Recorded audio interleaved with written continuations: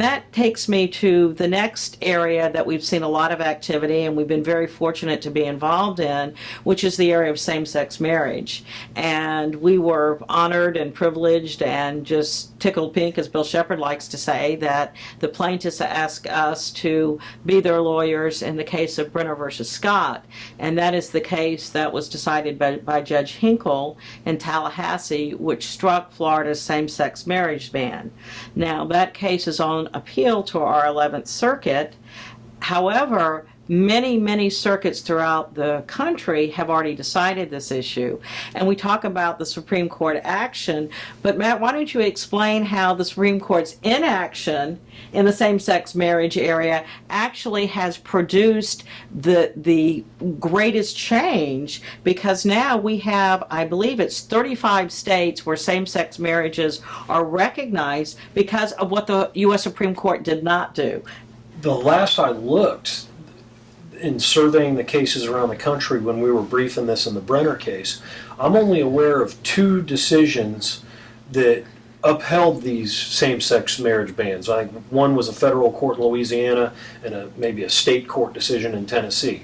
And against that is an overwhelming, a tremendous number of cases where judges have reviewed this issue, have declared these bans on same-sex marriage unconstitutional. So there's, the tidal wave on this issue is cresting and breaking, and the Supreme Court has been asked to review this decision. You have a number of circuit courts of appeal throughout the United States that have affirmed these lower court decisions declaring these bans unconstitutional, and when these circuit appellate courts look at it, they agree. These things are unconstitutional. And that's the case that we now have in the 11th Circuit, and hopefully they'll continue in that trend. But the Supreme Court, from the losing side, which is usually the government that's seeking to uphold these bans, the government is asked the Supreme Court to review these decisions in the various jurisdictions from which they arose. And the Supreme Court, looking at it, has seen that all the circuits are falling in line, that they're finding that these bans are unconstitutional. And so when they're looking at it, one can only presume what they're thinking. They don't share that with you. But what they see is there's no reason for us to disturb these decisions. The nation is uniformly agreeing on the law, and if that's taking place, we really don't need to adjudicate the issue. It's being handled in the circuit courts of appeal, and it's being handled in such a way that they're all coming to the same result. And if that's the case, why do we need to get involved? This is the way the law is going. And what's really triggered the whole wave of litigation across the states was a 2013 Supreme Court decision. So they're probably thinking, we've already held this way. Why address it? We don't need to get in the way of the progress, in essence, that we started. And I think what's fascinating in that area, again, I like to look at how did this happen? It's, how did the cake get baked? And to me, what's very interesting is the cases that came along at the beginning that the law was held unconstitutional.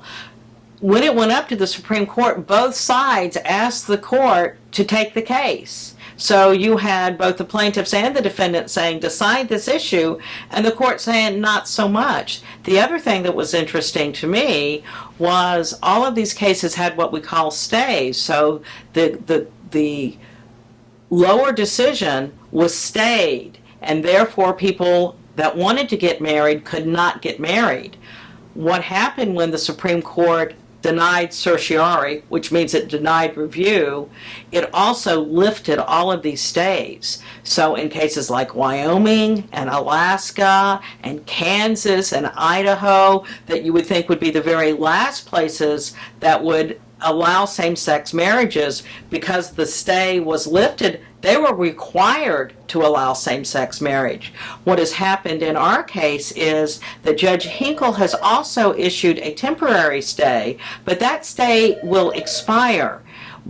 We are now in the 11th Circuit, and the 11th Circuit would have to go against the tide of what all the appellate courts have done in the United States to uphold this ban. So we're at the stage that we're asking Judge Hinkle to lift the stay, because it doesn't make any sense that the only reason our clients can't get married is because they're in Florida. If they were in 34 other states, they'd be able to get married. it does seem pretty clear to me that there is going to continue to be litigation in the Fifth Circuit and the 11th Circuit, which are the Deep South circuits. And many people feel that what the Supreme Court has done here is what they did in the desegregation cases, where they issued wide policy decisions and then they said, lower courts, you enforce it. No, we're not going to take this issue up again. No, we're not going to decide this issue again. We've decided this issue. There is no stay. Let the law get implemented. The only glitch that we could see is if one of the Court of Appeals, be it the Fifth or the 11th Circuit, would uphold these bans, and then I think the Supreme Court would be compelled to step into these decisions, because you're going to have just a complete lack of uniformity in the United States, and I cannot see the court's going to allow that to happen. And that's one of the primary bases to get review in the Supreme Court, is what we call a circuit split, that these appellate courts throughout the country, if there's different opinions going different ways out of different circuits, it's the Supreme Court's function to establish what is the law of the land. If the lower courts in the United States can't agree on it, we need to settle this so that there is uniformity in the law throughout the country. Yes, because you can just see a situation where somebody gets married in California, they have a couple of children, they move to Florida, heaven forbid they want to get a divorce. Now they're not able to get a divorce because they're in Florida and Florida doesn't recognize same-sex marriages. Well, it's just going to create havoc. So if I had a crystal ball, I would say that we are going to see the 5th and the 11th fall into line with what the other circuits have done, and we hope to be the prevailing party in the 11th Circuit, as we were in the trial court, and being on the front line of having same-sex marriage approved and recognized and embraced in the state of Florida. So that's just been a very exciting case. You don't get to do those often. You're in the trenches a lot, and when you get a case like this, it's kind of why you go to law school, is for a case like this. So that's been. And if the 11th Circuit doesn't fall in line, we'd be more than happy to go to the Supreme Court if they'd take review. And I think, given the Supreme Court's recent direction in this, I think ultimately there's going to be same-sex marriage permitted all over the country, whether it's in this year or 2 years from now. Well, for those of us that know Bill Sheppard well, we know that on one hand he absolutely believes that the 11th Circuit should rule in our favor. The law is very clear, but I don't think he'd mind a trip to the U.S. Supreme Court either. He's done it a time or two and he's pretty good at it, but we don't anticipate that it's going to get to that point.